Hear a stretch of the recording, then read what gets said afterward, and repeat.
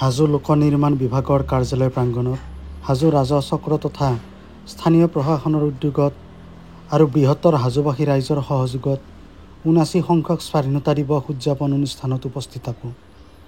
আজি পুৱাৰে পৰা বৰ্ণাঢ্য কাৰ্যসূচীৰে ৭৯ সংখ্যক স্বাধীনতা দিৱস উদযাপন কৰা হয়।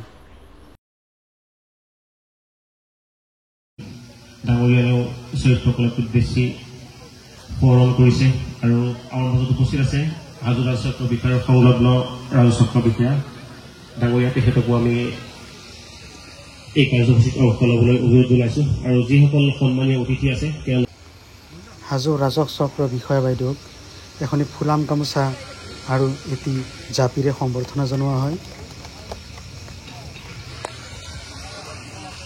ঠিক ৯ বছৰৰ লগে লগে আমি পতাকা উত্তোলন কৰিম। ৭৯ সংখ্যক স্বাধীনতা দিৱসৰ পতাকা উত্তোলন কাৰ্যসূচী ৰূপায়ণ কৰিম। আমি সকলোৰে সহযোগিতা কামনা কৰিছোঁ। পতাকা উত্তোলন হোৱাৰ লগে লগে আমি সকলোৱে একেলগে ৰাষ্ট্ৰীয় সংগীত পৰিৱেশন কৰিম। বীৰ শ্বহীদসকলক শ্ৰদ্ধাঞ্জলি অনুষ্ঠানৰ পিছতেই পুৱা ৯ বজাত ভাৰতৰ ৰাষ্ট্ৰীয় পতাকা উত্তোলন কৰা হয়।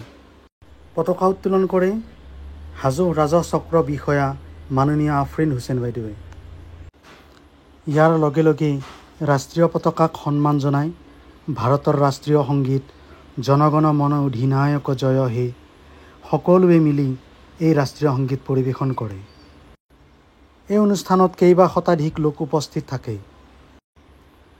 হাজো অঞ্চলৰ স্থানীয় ৰাইজৰ লগতে ছাত্ৰ ছাত্ৰী, গণ্যমান্য ব্যক্তি, অভিভাৱক, সংবাদকৰ্মী আৰু বিভিন্ন ধৰণৰ লোক এই অনুষ্ঠানত উপস্থিত থাকি অনুষ্ঠানটি সফলভাৱে ৰূপায়িত কৰাত সহায় সহযোগ কৰে। ময়ো আজি এই অনুষ্ঠানত উপস্থিত থাকিব পাই নথৈ আনন্দিত হৈছোঁ। মই অকণমান পিছফালৰ পৰা পৰিৱেশটো দেখুৱাই দিছোঁ আপোনালোকক, কেনেকুৱা লাগিছে জনাবচোন। হাজো ৰাজহ চক্ৰ বিষয়া বাইদেৱে স্বাধীনতা দিৱসৰ লগত সংগতি ৰাখি সুন্দৰ ভাষণ দিয়ে।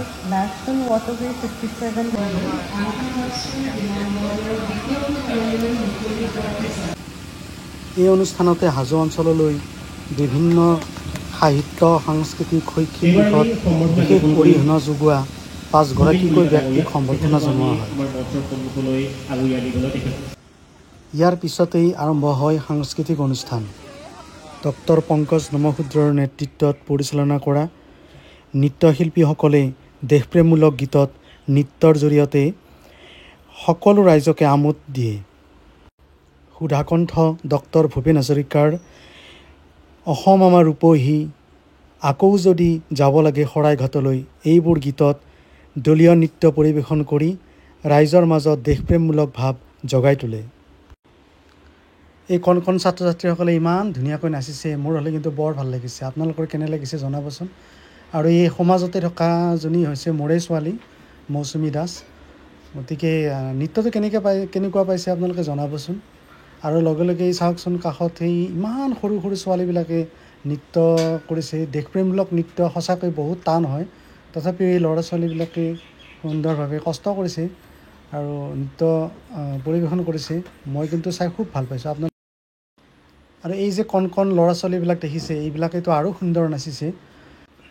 এইসকল হৈছে নৃত্য পৰিচালক ভৃগু নাথৰ ছাত্ৰ ছাত্ৰী। গতিকে এইসকলৰ নৃত্যটো আৰু ভাল লাগিল। আপোনালোকে কমেণ্টত জনাবচোন কাৰ নৃত্য ভাল হৈছে। আচলতে আজি ৰ'দটোও বহুত, ইমান ৰ'দত এই ল'ৰা ছোৱালীবিলাকে নাচি আছে, বহুত গৰমো লাগিছে ইহঁতৰ। ভিডিঅ'টি চাই কেনেকুৱা লাগিল কমেণ্টত জনাবলৈ নাপাহৰিব আৰু ফ'ল' কৰিবলৈ নাপাহৰিব। ধন্যবাদ।